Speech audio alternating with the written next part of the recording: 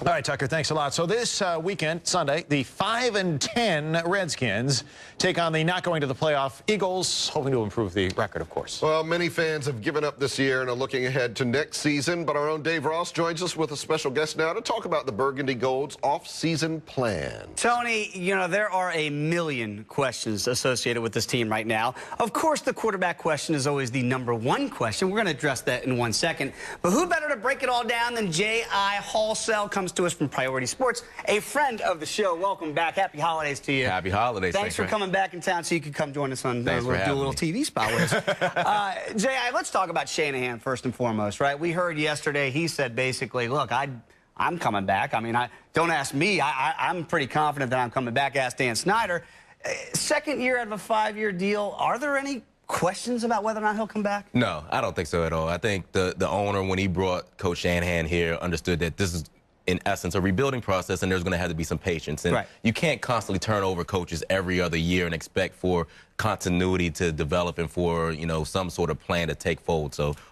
And so there should be no issues about Coach coming back next year. But the brass tacks, he has not gotten the job done so far, correct? I mean, I know that's rebuilding, but when you only have 6-10 and now 5-10, looking at 5-11 or 6-10, I mean, that's not up to his standards. Although I think injuries really decimated that offensive line this year and really set them back. And then there was the John Beck period there for 4 weeks. That's that's a quarter. Don't bring that up, Jay.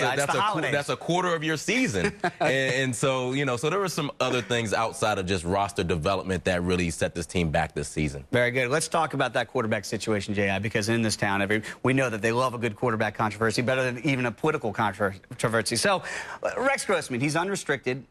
He said this week he's never been more confident in this offense. Is that a guy lobbying for a job? Is that a guy lobbying for a contract? And if he doesn't go here, does he have options to go elsewhere?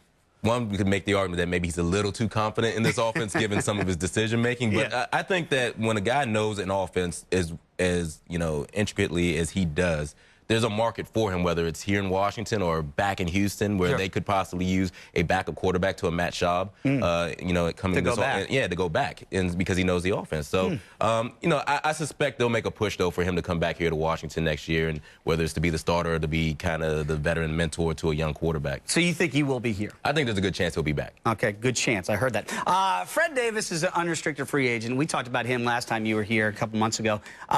Do you think anything has changed over the last month? He's been out, obviously, the last 4 games. How does that affect his status as an unrestricted free agent? I think he did enough on the field when he was eligible to create a market for himself. Now, the question is, do you, as the Washington Redskins, extend him a multi-year contract extension, or do you franchise him for 1 year and make him prove himself one more time? Because this is really the first year in his 4 years here in Washington that he's been really, really productive at a high level. And then if you do a multi-year deal with a Fred Davis, you can structure it to kind of mitigate the risk against any future suspension. So you're taking a chance on Fred Davis. Let's bring him back 1 more year for another contract. You also have to see kind of where Chris Cooley is, too. And he's in the final couple years of his contract that I helped do when I was at the Redskins. Yes, you did. So, you know, you have to make a decision there in terms of what's Chris Cooley's future and kind of compare that against what's Fred Davis's future as well. All right, let's get to it now. You know everybody's talking about RG3 in this town. It's going crazy on Twitter and Facebook. Let me ask you, J.I., the Redskins probably will have a top 10 pick. But will it be high enough to get a kid like RG3? I don't know. You know, it really depends upon how the pre-draft workouts go for RG3. First, he has to declare for the draft 1. We think he will, right? He has his degree, Heisman Trophy winner. There's really nothing more for him to accomplish. What else could he do at Baylor, right? You know, and so assuming he declares, I don't think if the Redskins end up at the #7 overall pick, he's going to be there at #7. And so what you could see is, you know, the next quarterback after Luck and RG3 is a Ryan Tannehill. And so that's a name Redskins fans need to really kind of take a look at.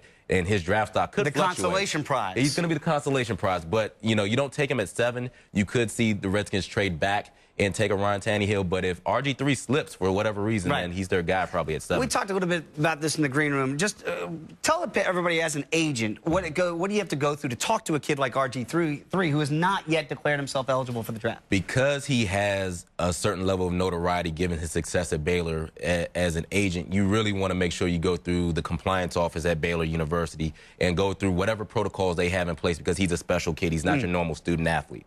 So as an agent, you ensure this, you go through all the protocols. He comes from a great family, military family, so, you know, they're not going to do anything under the table. So you just make sure you do everything that school wants. And also, it really helps you sell yourself as an agent that, look, we didn't do anything to go around people's backs to try to get to you. We want to do everything, you know, by the letter of the law. I got to wrap this up, but real quickly, I have a theory out there about Peyton Manning. And I just want to ask, if Andrew Luck goes #1 to Indianapolis, should the Redskins be interested in bringing a future Hall of Famer to D.C.?